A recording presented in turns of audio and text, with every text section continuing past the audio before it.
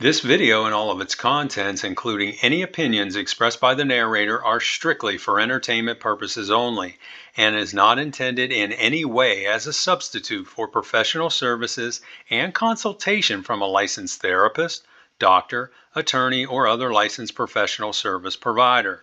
Each person must make their own life decisions, and those decisions are theirs. Welcome back to Find Your Alpha, one of your favorite channels on YouTube. And we're back at you this week with another great story. You can see the title right on your screen. Cheating girlfriend and her parents went psycho after I ghosted her. Now, let's get into this story and see what it's all about. He starts out and he says, "Take this post for what it's worth.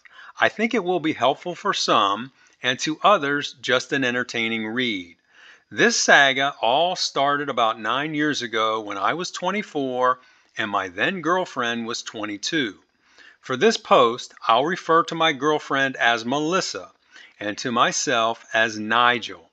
At the time, I had been working for about 2 years as an account manager for a well-known tech company. I moved to the city for this job, and while I loved the work and was making phenomenal money, I was lost and very lonely.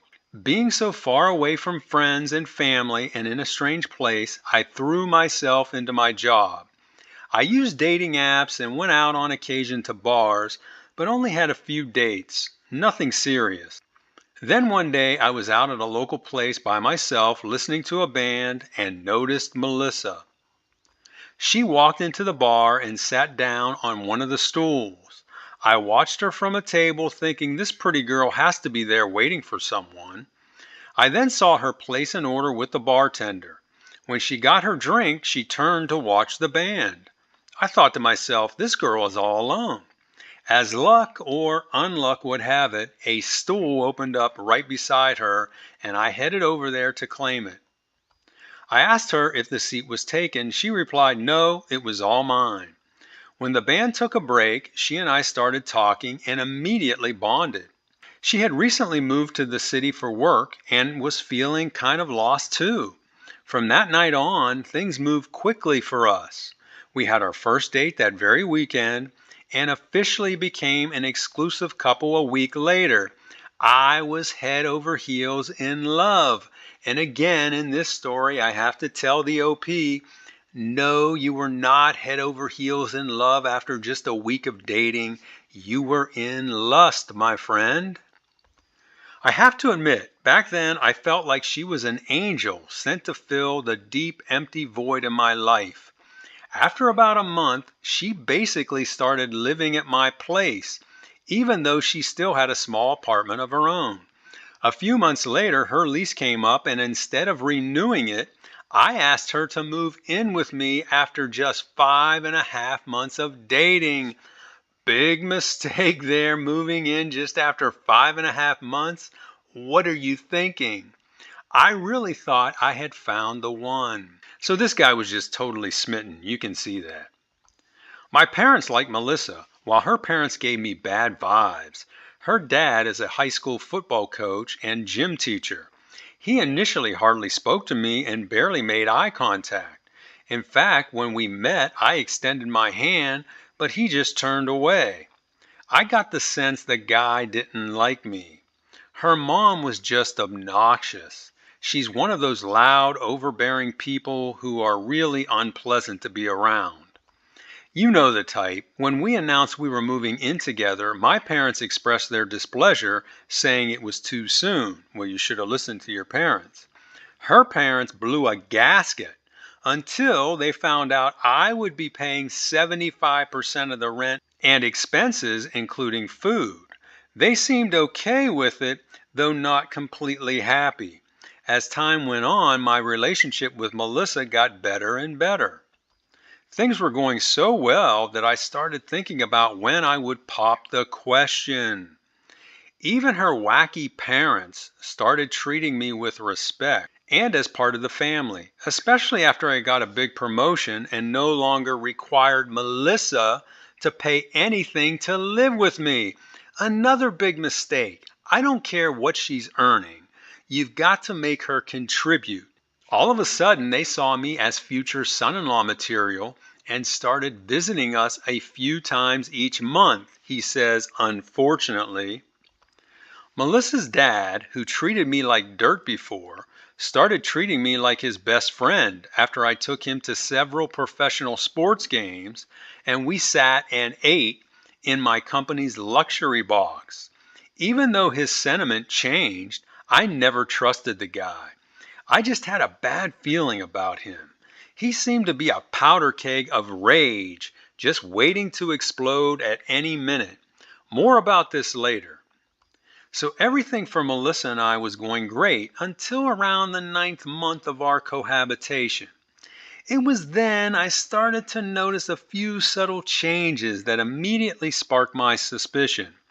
The first was one day when I walked up on her while she was texting, and she nearly jumped out of her skin and hid her phone away from my view. Her excuse for acting like that was she claimed I startled her. Well, that's your first red flag. The next was just the sheer volume of text she was getting. When I questioned this, she said it was just from her work colleagues. I noticed right after that the number of texts she was getting nearly stopped, only to find out later it was because she silenced the alerts. Red flag number 2. Then she started taking her phone to bed with her and putting it on her nightstand instead of on the charger alongside my phone on our dresser. Red flag number 3, taking that phone and keeping it close to her even when she's sleeping. I knew at that point something was going on, and her phone held all the answers. One night she fell asleep and left her bedside lamp on. I got up and went around to her side to turn it off. She was sound asleep, so I thought this would be my chance to snoop. I picked up her phone and entered the code, but she had changed it. Red flag number 4. I'm assuming previously he knew what her passcode was. Now all of a sudden out of the blue she changed it and didn't advise him. That's a definite red flag. I then tried holding the phone in front of her face to open it. But since her eyes were closed, the facial recognition didn't work. I hit a dead end, but knew her changing her password without telling me was another sign she was hiding something. Then that Saturday, through an odd twist of fate, I was able to get into her phone. She and I were sitting at the kitchen table, and I noticed she left her phone in the living room on top of the TV. Apparently, her mom had been trying to call her, but since she had the phone silenced, we didn't hear it. Her mom then called me, and I handed Melissa my phone to talk to her. The two of them started talking about some nonsense I can't remember, but they were heavy into conversation. Just before her mom called, Melissa was about to head out to the store to grab a few things for our lunch. I think she forgot she was using my phone and said to me she was going to run out to the store. I said okay, and she continued talking to her mother as she left the apartment, leaving me there alone with her phone. As soon as she got outside, I locked the door behind her and went to retrieve her phone, hoping the auto lock hadn't kicked in. Thankfully, it didn't, and I was able to get right in. What I found was a string of text messages between her and a person listed as Sharon Work. This is how she had all of her coworkers labeled in her phone, so she obviously did this as a decoy. I had never heard her speak of this Sharon before, and when I read the messages, I found out that Sharon was actually a guy from her office. I'll call him Rob. I had never met Rob before, but found out later he was 39 years old, and he and his wife had just entered into an open marriage. Their first text dated back a little over 2 weeks prior, which just so happened to coincide with when her suspicious behavior began. The text indicated the first time they were together physically happened just that past Monday. Curiously, Melissa told me she went to the walk-in clinic after work on Monday for a burning urethra. This was all a huge lie, as she spent that time with her lover boy, Rob. When she came home, she told me she had been diagnosed with a UTI, a urinary tract infection, and we'd have to abstain for a while until she got rid of it. Looking back now, I have to admit the UTI excuse was brilliant, as it gave her an alibi for coming home late and an excuse for not having S with me. I wanted nothing more than to confront her when she got back and throw her cheating self out, but I played it cool and contemplated my next move. What I eventually decided to do was to secretly abandon her without explanation. I already paid the 10th month of the 12-month apartment lease and only had 2 months remaining, with the final month being free of charge as part of the promotion I got when I renewed the lease. I really lucked out here. My plan was to get another place, and one day while she was at work, I would move all my stuff to my new place and ghost her. And that's what I did. I got a new apartment 25 minutes away and arranged for a local moving franchise to move all my stuff out to my new place. The only furniture I left her was the spare bed and mattress. The day I moved out, I went to the office and gave them my cancellation notice. I paid for the month 11 and explained to the leasing agent that I had already moved out, but my former girlfriend would likely be staying there through the end of the lease term. The leasing agent suggested we do a walkthrough together so she could take pictures of the current condition of the apartment in the event that anything was damaged during the final months of the lease. I agreed, and we did just that. That was probably pretty smart. As it so happened, the day I moved out, Melissa and Rob had another rendezvous planned. She texted me in the afternoon stating that she had to work over and would be home about 90 minutes late. She said she would get takeout from our favorite place and bring it home for us. I said okay and gave her my order, knowing I wouldn't be there. As expected, at around 7 o'clock, she started blowing up my phone. First with multiple missed calls, followed by a barrage of texts asking what was going on. Finally, after a couple hours of making her sweat, I called her. She answered crying and asked me what was going on. I told her that I knew all about Rob and that we were done. She was silent on the other end as I explained I had canceled the lease and she could live there through the end of the term. She then spoke up through tears saying she could explain everything and that it's not what it seems. I told her to save it and to not make a fool of herself. She kept going on saying she was sorry for the misunderstanding and begging me, but at that point I had heard enough and hung up. The rest of the night she kept calling and texting, but I took a page out of her playbook and silenced my phone. I slept like a baby that night. The next morning I woke up and my voicemail box was full, so I deleted all her messages and then blocked her number, as having a full voicemail is a violation of company policy.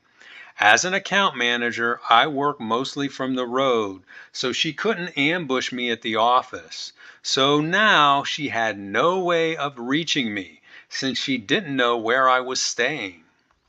I thought to myself, wow, I played this like a pro and got out of this bad situation with minimal damage. Well, I soon found out I wasn't completely rid of her.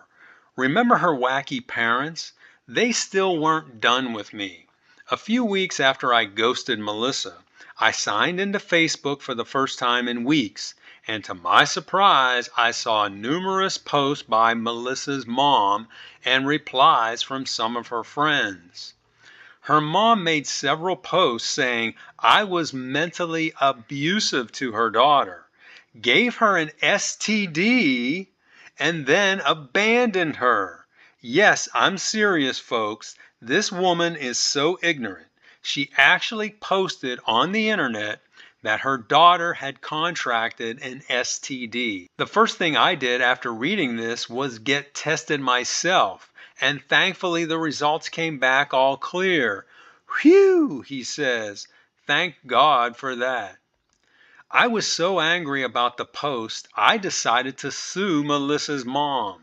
I went to an attorney recommended by one of my coworkers, and he drafted a demand letter to Melissa's mom ordering her to stop making false claims against me and to immediately remove all current postings, as I would be suing her for libel and slander. The attorney advised me to follow through with suing her even if she complied.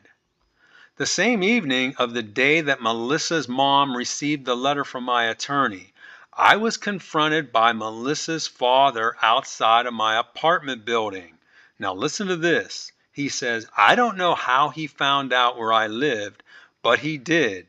He approached me from the back as I was walking up to the security doors at the front of the building. I heard someone call my name. I turned around and saw it was him. Before I could do or say anything, he walked right over to me and grabbed me around the collar and neck and starts lifting me saying, "You son of a..." I told him, hey, what are you doing? You're choking me." I then went into full survival mode. I jerked back away from him and with my right arm swung as hard as I could. My right fist connected directly with the side of his nose. I had never hit anything or anyone that hard before, and when I did, I heard a loud crack. He immediately dropped to the ground, stumbling off, holding his bleeding nose and screaming in agony. I started towards him to help, but then thought I'd better not, and instead called the police, as this lunatic would be the type to falsely accuse me. I called the police, told them everything that happened, and they filed a report. I then told them my building has a security camera and I would call the office tomorrow to have them provide the tape. I called and they provided me with a 6-minute clip of the time in question. The video clip and sound clearly showed Melissa's dad ambush me, grabbed me by the neck, and lifted me off the ground before I swung. After reviewing the footage, the investigating officer asked if I wanted to press charges. Based on what he saw on the tape, he recommended I do so. So I did and obtained a temporary restraining order. Since her parents live in a different jurisdiction, the officer said they would be back in touch in a few days with an update. Well, 2 days later, I got a call from my attorney. He informed me that he had been contacted by an attorney representing Melissa's parents. Apparently, they had received the letter from my attorney and her dad had been contacted by the local police. My attorney said their attorney told him they were willing to do anything to resolve these matters with me, as they didn't want to be sued and her father didn't want a criminal record. Though I wanted nothing more for them to sweat and suffer a little, in the end, I agreed not to sue them and to drop the charges against her father. In exchange, they both agreed to a full written confession of guilt for both the libel/slander and for the unprovoked attack. Her mother also was ordered to post a statement on her Facebook account for 6 months explaining that all the previous statements she made about me were false. Like I said, I really would have liked to make both of these maggots suffer, but I was just glad to finally be done with this family. But unfortunately, the fun didn't stop there. About 6 months later, I was out at a bar with several of my coworkers when I ran into a woman who used to work with Melissa. I always liked this woman as she seemed genuine. In our conversation, she proceeded to let me know that Melissa is pregnant and was probably close to her due date now. She then told me it was known that Melissa and Rob had a thing And they told people in the office they both were in open relationships. She said about a month or so after I broke up with Melissa, Rob left the company and she later heard he divorced his wife. Now listen to this. She said the rumor is that Rob's wife contracted HSV-2, that's herpes, through one of her open marriage partners and gave it to Rob, who then gave it to Melissa. See what promiscuity without protection gets you? I again thank God I found out about this and broke up with her before she infected me. But that wasn't everything. She said Melissa had told everyone that the baby she's carrying is mine and that after it's born, she hoped we can reconcile. He says, what the? There's no way the baby was mine based on the dates, so I immediately contacted my attorney and had him send a cease and desist letter to her. Later, I found out through the same former co-worker of Melissa that she had given birth to a little boy, and the poor kid acquired HSV-2 during birth from his mother and almost didn't survive. Apparently, the virus is very dangerous to infants. That poor kid. While I despise that entire family, I feel really bad for that baby being born into the world with an incurable STD he got from his mother. Poor kid. I hope he grows up and lives a healthy and successful life. He says, well, that's my nightmare relationship story. As I said, I'm not looking for anything. I just wanted to share my story for what it's worth. May you live well, Nigel. So that's the end of his story, and he doesn't have any updates, but he did get a number of replies to his post, and in some of the replies, he responded to some questions. So let's take a look at those now. But before we do, I want to remind you, if you liked what you've heard so far, be sure to hit that like button. That will make sure this video gets seen by people all over the planet. So now let's take a look at some of those questions he got and his replies back to the people that responded to him. The first one's from a guy. He says, have you had any contact with Melissa since this happened? The OP says, thankfully I haven't. The last time we communicated was 7+ years ago. I don't know what happened to her or her parents. They deleted all their social media accounts after our fiasco. I wish them well, especially the child who was born into that horrible family with a terrible disease. And I have to agree with this guy. You know, I didn't realize that this herpes virus could be so deadly to newborns, but I looked it up after reading this story, and it's just a terrible condition. And I do feel sorry for that kid. I don't know the kid, of course, but I feel really bad for a kid that would be born into the world like that, acquiring herpes from his mother, and that's something he's going to have for the rest of his life. So I too wish this kid, this young kid, nothing but the best, and I hope he has a very prosperous and successful and happy life. Next, we got another question from a guy. He says, why did you drop the charges against her old man? If that were me, I would have done everything I could have to put that idiot in jail. The OP responds and he says, I hear you, but you have to understand, I just wanted to be done with them and to get my life back on track. I accomplished that, and I'm happy with the outcome and how I handled things. I sure learned some valuable lessons. You know, when I look back at this, you know, he said that her dad was a high school football coach.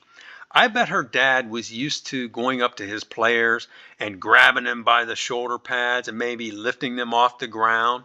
So I think he probably approached the OP that way when he confronted him outside of his apartment building, not expecting that the OP was going to react in a defensive posture and then just slug him, which he should have, because that's totally self-defense in that case. Like I've said in all my videos, I'm totally against violence, but in the case of self-defense, I think it's absolutely warranted. And then finally, a question from a woman. Now listen to what she says. She says, what's your relationship status now? Are you married or seeing anyone currently? She says, P.S. I'm available, wink, wink. The OP responds and says, ha! I'm not married and don't ever intend to, but I've been seeing a great woman for the past 3 years and would like to build a family with her someday. She's younger, so we've still got time." And that's a good point that the OP makes. He wants to go out and build a family with this woman, but as he says here, he's never getting married. So, guys, remember that. You can go out and build a family with a woman, have children with her. You don't have to get married. And now, with that, I want to cover what I think are the morals of this story. And there were a ton of them. The first one: never rush into a relationship. These situations rarely turn out well. And you see what happened to this guy. What did he do? I mean, he moved this woman into his apartment after 5.5 months and then started paying all of her bills. Huge mistake.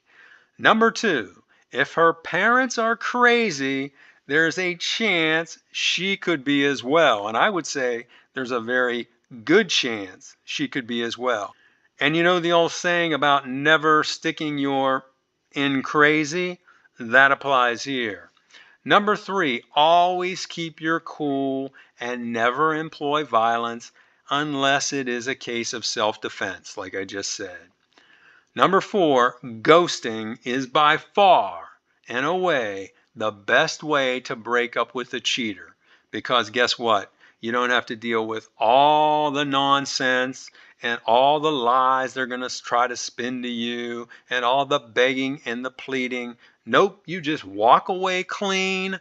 Yeah, you're still going to be broken up inside, but you're going to get over it much faster because guess what?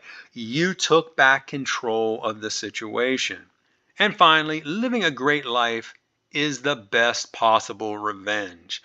I'm sure this Melissa has followed this Nigel's life over time, and she's probably just beating herself up saying, "He was mine and I blew it. I let him get away. He's the one that got away. He's living a great life now, and my life is absolutely miserable. He's totally forgotten about me. Meanwhile, I'm thinking about him every day." I guarantee that's what's going on with her. So those are my thoughts, people. Now I want to hear from you. What did you think of this story? Have you ever gone through something like this? Tell us about it in the comments. Also, be sure to like this video, share it with your friends, and subscribe to this channel. And I will talk to you